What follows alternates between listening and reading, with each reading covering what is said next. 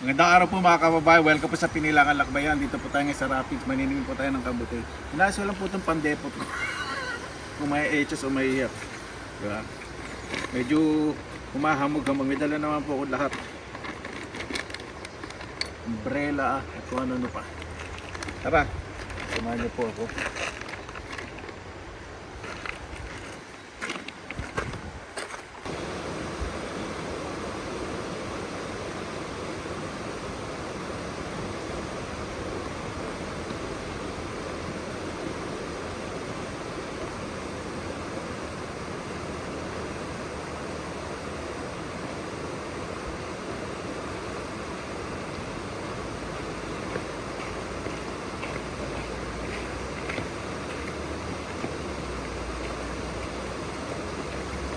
Po mga kabayan, uwi na po tayo. Kahit paano napasyal po tayo at may nakawa po tayo ng kabuti. Meron pong may pipiknik po doon sa sa ground roof.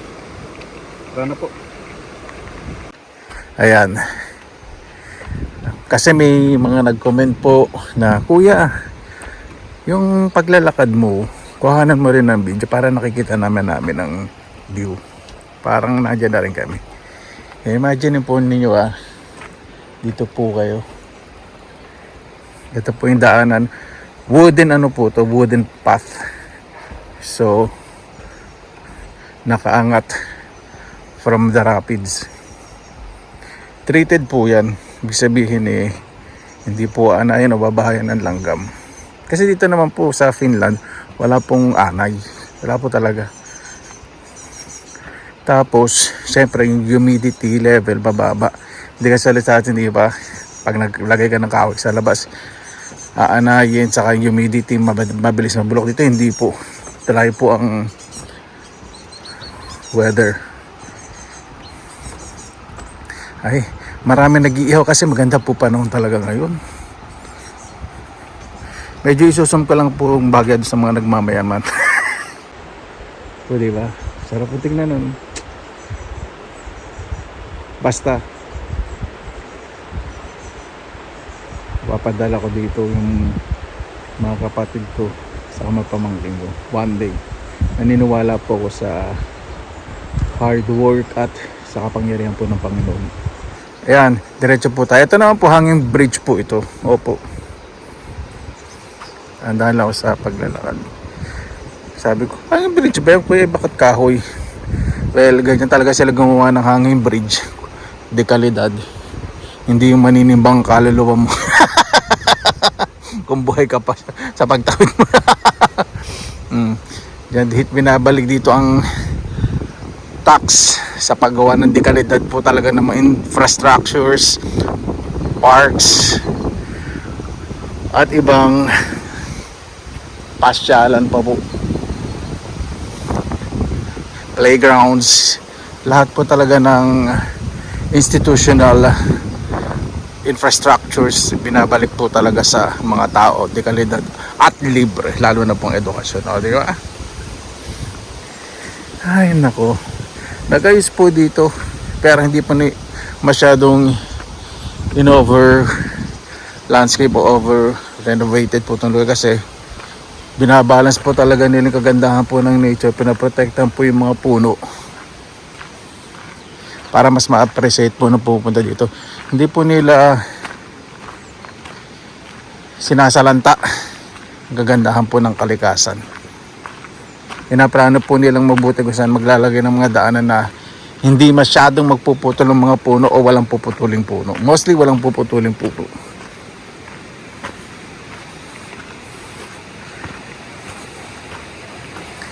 Parang may nakikita na ako dun sa likod na yun. Dito kaya wala pang umuusbong na dito ka sa medyo hill o sa slope, minsan may mga orange switch bullet doon. Wala pa akong nakikitang sign kasi medyo orange naman yung makikita kayo mga bumbuna nung kabuti. May bumbuna ba? Hindi yung tuktok makikita ko po, nagre-reflect po. Hindi pa ako pupunta doon, maaga pa maraming tao sa coffee shop. Baka sabihin tayo mo itong damuhan na to. Hindi pumasok dito sa coffee shop. Pero yung lalamunin na libre sa labas, yun ang titira. Di ba? Ay, nako. Pagod. Ito po ang miracle of nature. Ito po sa kabila, agresibo po yung pag-agos po ng tubig. Pakikita ko naman po dito sa kabilang gilid. Ayan. Napakatahimik naman dito sa kabila. Di ba? Dalawang klaseng tao yan eh. Tahimik at madada. Ganda po, no? Grabe. Ayan, medyo close up ko po. Meron po ng mga nagse-selfie. Selfie. Kuya, ayusin mo yung enunciation mo, yung pag-pronounce mo. Tapos may pati ba naman yung pinapansin. Ayusin mo muna yung pagputi ng mukha mo, patay sa leeg mo. O, diba? Ay, naka. Yan, dito na po tayo sa gubat. Kuya, mag-English kang cute-cute. Parang sarap mong dago ka. Okay. Now we're approaching the place where I used to visit every mushroom season. I'm expecting a little bit. Maybe we could find some chandeliers here. Ang galing mo talaga mag-English ko yan, no? Pati yung accent mo. May sinasabi di maganda ang enunciation mo. Yung mga sabi na nun, hindi naman kagandaan at hindi kagwapuhan eh. Okay ba? Mga insecure yung mga ganun. Hindi papansin yung itsura pero yung ibang bagay, yun ang papansin nila. Yun ang mga pangit. Kuya, wag mo nang pansinin. Hindi ko naman sila pinapansin. Dito pinapansin, pinapatubulan lang. Ayan. Minsan po makikita tayong ano dyan. Hindi pa tayo kukuha dito sa side kasi minsan may dadala ditong aso. Kabayo wala. Ito sa pinupunta natin may kabayo. May nagkakabayo. Dito pero yung kabayo. Ay nako. Ano na naman ito pumasok sa isip ko. Wala na ilang araw eh. Ako sana naman ay pakinggan ang damdamin ko. Ay meron na nga, hindi pa kalakihan pero kukuhanin ko na. Ayun, kukuhanin ko na po kasi kailangan po talaga sa chanterelles. Kinukuha po yung medyo malalaki na, parang maliliit mas tumubo. Kuhanin na po natin. Hindi kalakin pero masaya po ako. Masarap po ito. Tatakampali ako. Kuhanin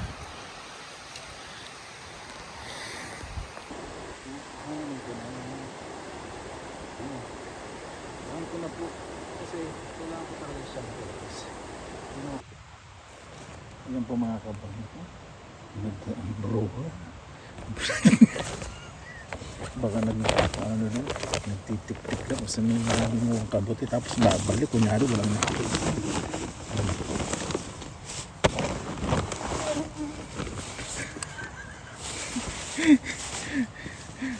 Sa mga galing mo ba't tinatago yung mga tama bro, kaya naman humor lang yun.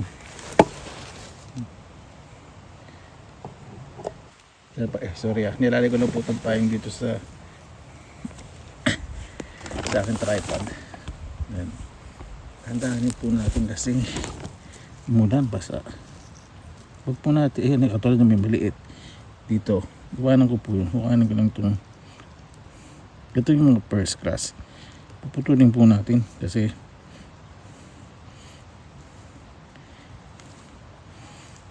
ang chanterelles po iba eh. Yung ano po nito, yung mycelium, naka-spread na po yun sa ground. Pag kukuha po kayo, sorry. Yan tinangay na talo sa. Pag kukuha po kayo sa ground, takapan po ninyo ng dahon sa mga nanguha po nakabuti. Para yung mycelium hindi ma-expose sa araw at yung mga iba, mangunguha. May mga ano rin, maalala mo.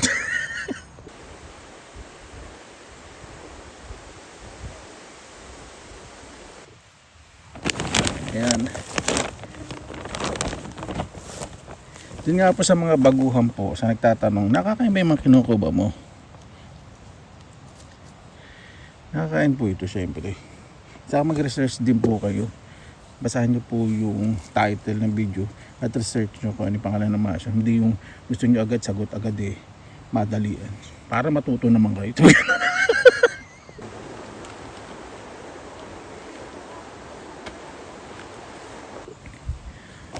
Wag nyo pong ikukumpara yung mga kinukuha ko pong kabuti sa Pilipinas ha. Wag po. Sasabihin nyo, ay ano yan dito tawag dito sa lugar namin ganyan. Ay naku, hindi po. Ito po chanterelles.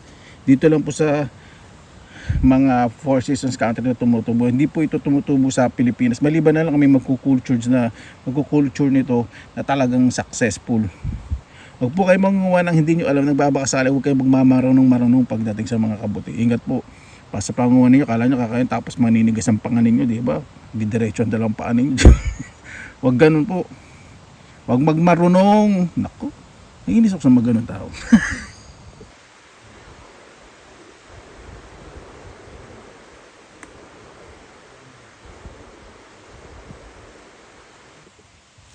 May mga tao po talaga na mahilig magmarunong. Tapos sasabihin, nanguha ka naman para sa vlog mo, di man niluluto. Diyos mio. Ilang taon na ako nangunguha nito. At lumalantak nito. Tapos bago ka pa rin, bago ka pa lang sa vlog ko. Ganyan ang comment mo.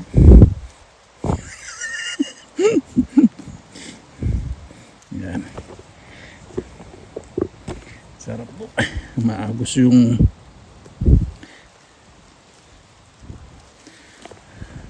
tubig tapos mahamag pero okay lang. Yan, takpan natin.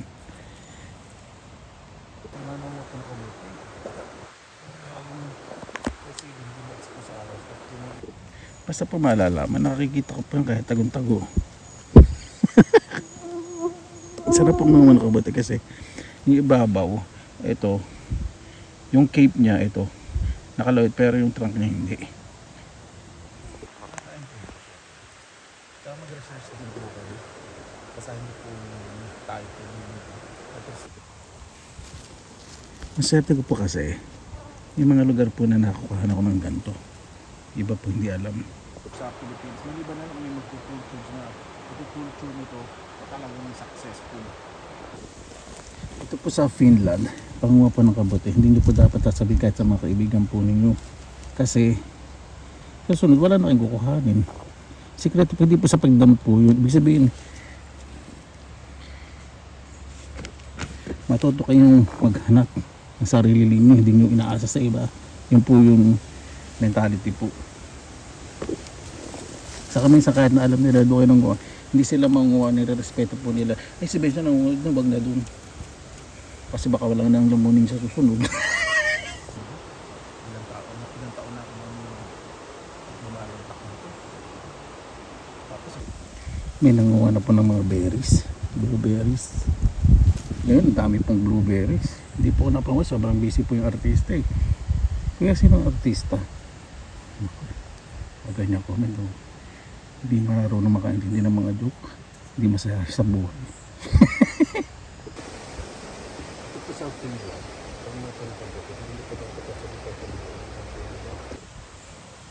Tantangan po ninyo ito dry na. Huwag po basta mangunguha ng kabuti kapag hindi po sarado, hindi nyo alam. At saka wag po nyo basta hawakan at hindi nyo alam, baka mamaya may lason yun. Tapos di kayo maghuhugas ng kamay. Tapos kakain kayo ng chips. Isipin nyo kung paano bumula ang bibig ninyo, di ba?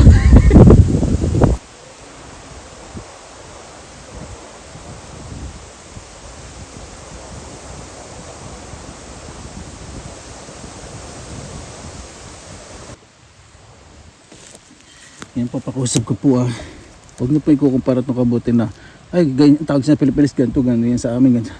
Naku, huwag kayo magmarunong.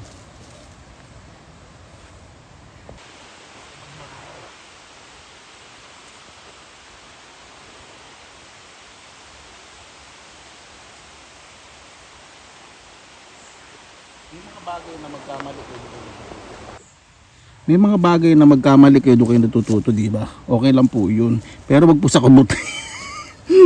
Dahil sa kabuti, hindi po kayo pwedeng magkamali. Kapag hindi nyo alam, wag nyo lalamunin. Dahil yung pagkakamali po sa ganito nako, buhay po.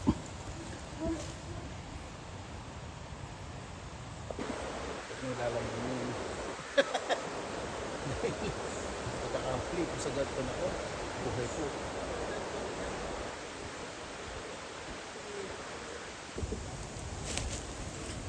Po kahit na nakikita yung kabuti, wow, ang ganda naman kabuti nyo, puting-puti. Ay, ang ganda ng kabuti na yun. Parang ganito yung kinukuha ng pinilang alak. Yung nga, ganito nga. As nasa Pilipinas kayo, eh, hindi naman tumutubo sa Pilipinas to. Naku po. Di ba?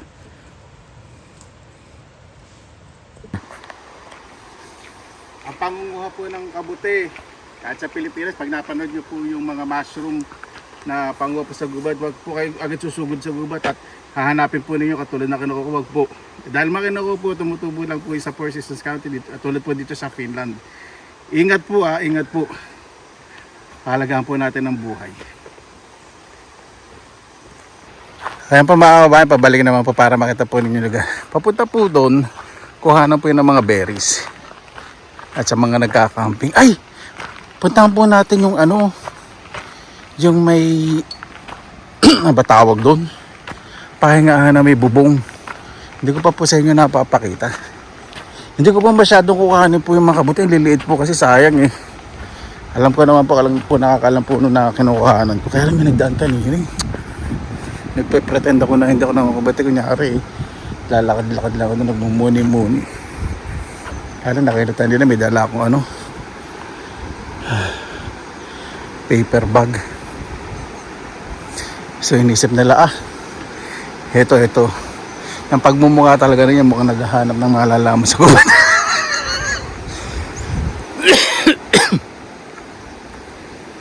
Ang ganda po ano, saan kaya banda yun?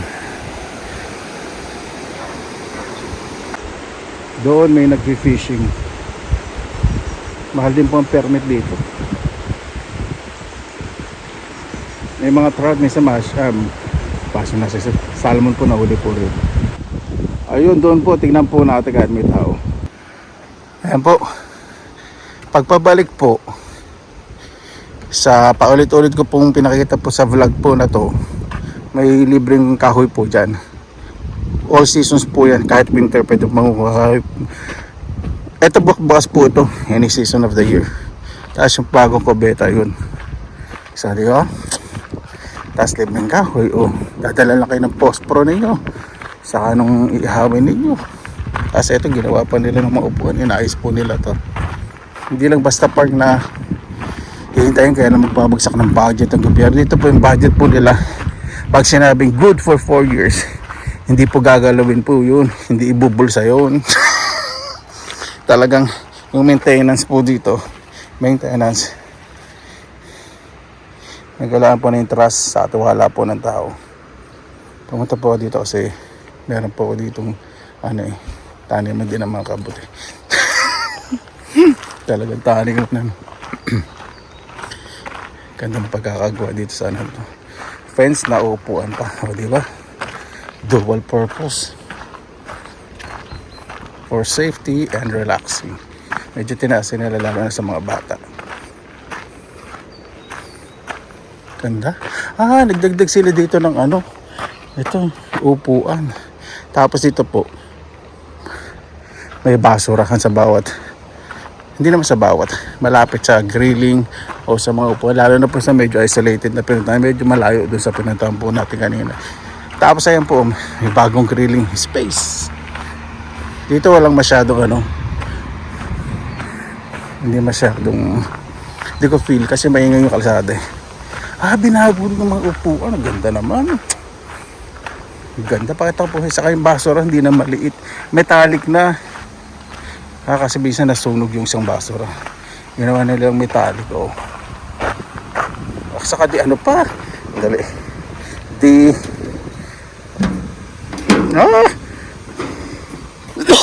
so ang ganda, may May wooden table pa. Sosyal, ang ganda. Ganito po gusto ko pa mag-aral sa bakuran. Kaya lang siyempre upuan, bibili po ako ng adobe. Hindi po pwede kawin sa Pilipinas eh. Sa Baguio pwede. Yan. Ayan, tignan po natin. May mga mushroom din po dito. Hindi ko po muna ipipick up. Kasi maliliit pa talaga. Alam ko po yung mga lugar ng chanterelles po dito. Bangis mo din kuya pag dahil sa kabot eh. Medyo pro na po ako. Mushroom po dito sa Finland ha. Alam ko na po yung mga edible mushrooms. Hindi po lahat.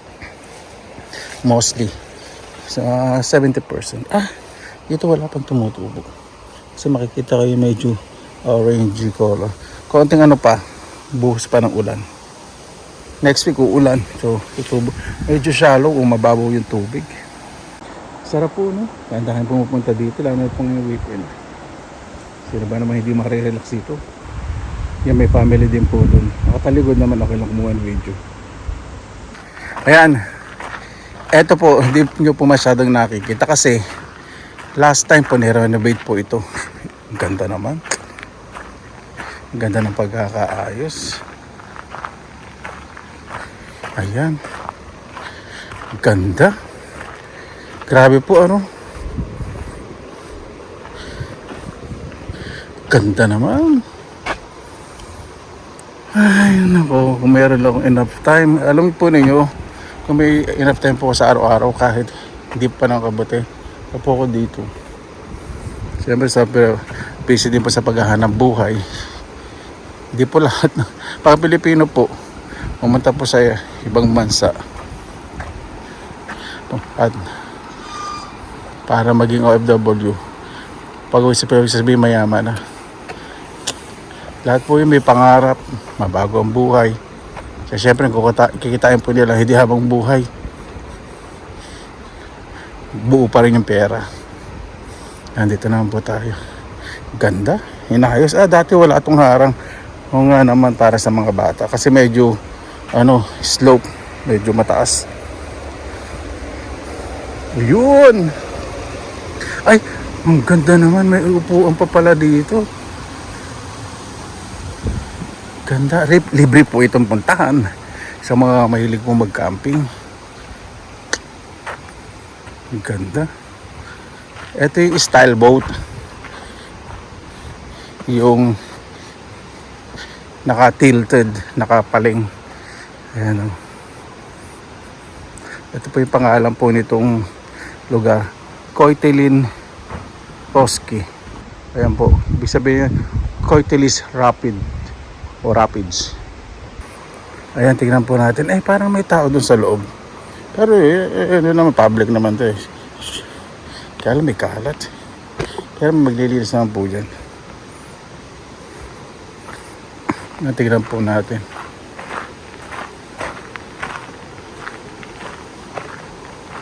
Ay, walang tao. Sound. Ganda. Ito po, gusto ko pang magkaroon ng ganito sa Pilipinas. Yung bubong galvanized. Tapos yung dingding sementado. Tapos may upo ang kahoy. Ganda. Ganda po, no? Sati para mga tao dito.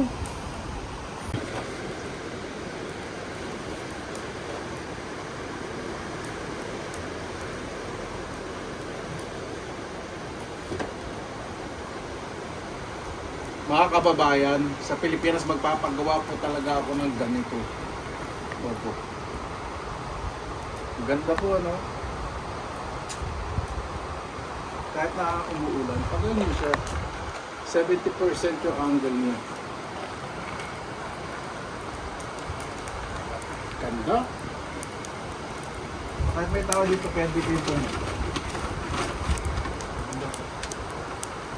Kahit yung mga tao, libre po ito. Pwede matulog dito. Paglagay ng camping roof. Tapos ko lang po yung kabuti para hindi kumalat sa bag. Relax po muna tayo dito.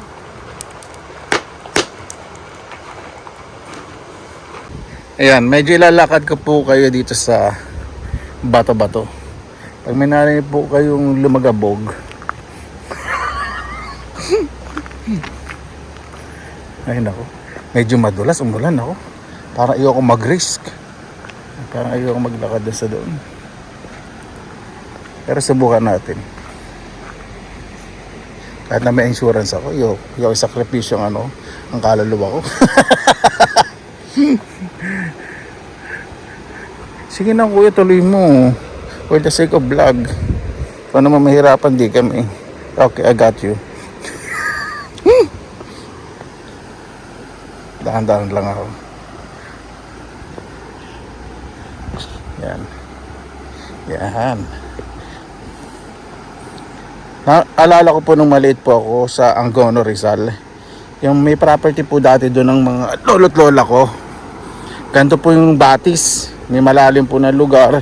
Tapos may malalaki pong bato. Unfortunately, wala na po. Malaki din po yun. Tinayuan na po ng subdivision. Wala na po. As in wala na po talaga sa mga malalaking puno na talagang 20 tao yayakap. Wala na po. Sorry. Sana po sa gubat. Yung inisip nyo po talagang gubat na gubat noon. Ganun po yung makita po yung Angono, Rizal dati. Naubos na po. Ganda po, no? Sarap po sana mag-fishing, kaya lang mahirap po mahuli ng isda rito eh. Kasi maraming tao, minsan may swimming. Sa Pilipinas, gusto ko po magkaroon ng ganito, yung malapit sa Batis. Ayoko po masyadong malayo po sa Bulacan. Baka meron po kayong alam na medyo malapit po sa Bulacan, sa Matagabatan, Sambales. Sa Bulacan, na ganito po gusto ko medyo malapit sa Batis o sa ilog na o kaya sa Sapa na malinis po. Dito sa Finland gusto ko rin po magantong property, kaya lang yung maintenance po napakahirap lalo na po pag winter. So hindi ko na po pinag-iisipan. Pasyal-pasyalan na lang siguro. Rentable. Siguro panguha ng kabuti. Pero hindi ko po masasabi in the future. Ayan, pabalik naman po tayo. Ganda po ng balance po nila sa nature, ano. Talagang naghahanap po sila ng dadaan ng walking path na walang madidestroy po ng mga puno. Galing.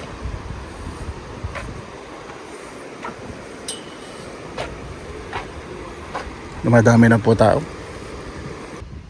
At dito po may parking space. Ang pwede lang po magtinda po dito yung tinda ng ice cream every summer po. Di ba? So hindi nila ginagawang commercialize po ang space para po sa mga taong gustong mag-relax.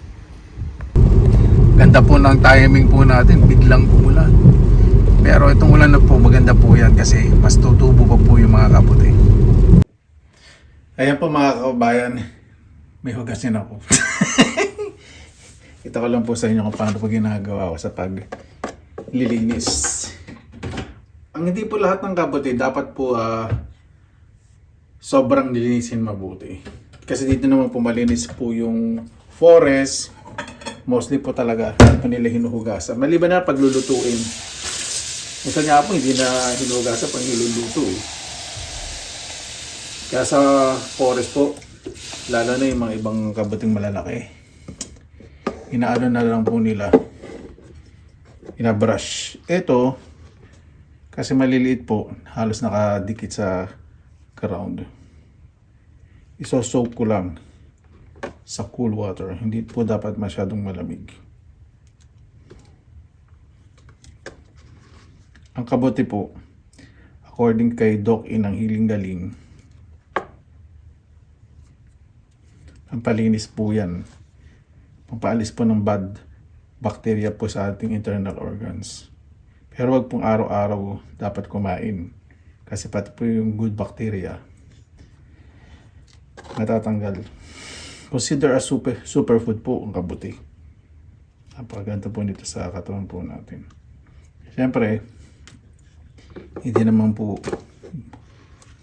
sa buong taon pa ng kabuti. Kaya yung habang panahon pa, kung meron kayong makukuhanan, pwede nyo i-dry.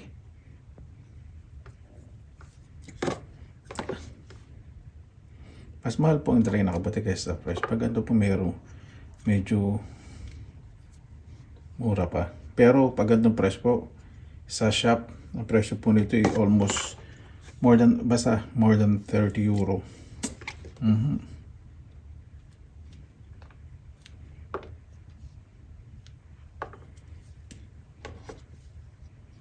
Ano po yung 1 litro?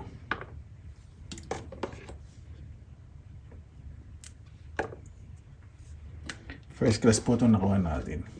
Kapag ganito po, hindi po masyadong bukanggang o masyadong malaki. First class po ito. Ito po yung sinaserve po sa mga restaurants na hindi na nila hinihiwa.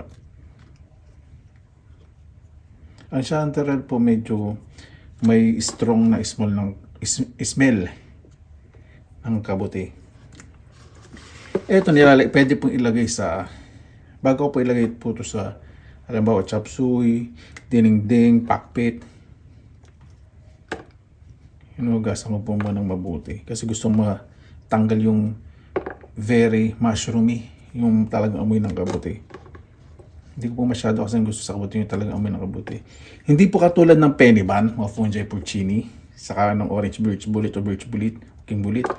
Yun, wala pong strong smell po yun. Pag direct niluto yun, lalo na yung penny ban, pag yang, lasang mild chicken po. Gusto ko po sa penny ban po talaga. Piniperito ng manipis para po siyang peritong kamote. Masarap. O po ganun po lasa ang penny ban kapag fresh. At pag pinirito po niyo. Saka gusto ko rin sa penny ban, sa pie. Sa pizza din po masarap. O ginataan. Tapos may, pwede na po sa Bicol Express yung inyo po ng maninipis. Yung pinong-pinong. Yan po. Sasuko lang po yan ng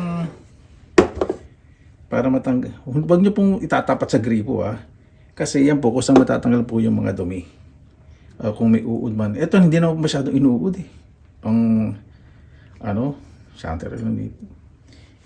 Bihira lang po yung uurin. So ko lang po yan ng 5 to 10 minutes at ilalagay ko na po sa freezer. Ayan po mga bayan, nilagay po sa cling wrap para po tipid sa space sa freezer. Huwag niyo po masyadong pipisilin dahil mushroom po ito. Di ba? Para pag gano'n sa freezer, buo pa rin. At pag i-defrost po ninyo, huwag niyo pong bibiglain. Ilagay niyo po muna, ibabad niyo po muna sa tubig na cool water. Para buo pa rin po yung kabuti. O di ba? Para sa mga susunod na panahon, meron po ang mushroom kasi marami pa pong mushroom na darating at cook and eat po tayo ng mushroom. Para po, maraming salamat naman po sa inyong oras sa ilan sa pinilangan kami. Basta lagi po tayong positive vibes, good vibes. God bless. Ingat po lagi. Magandang araw. Laban lang.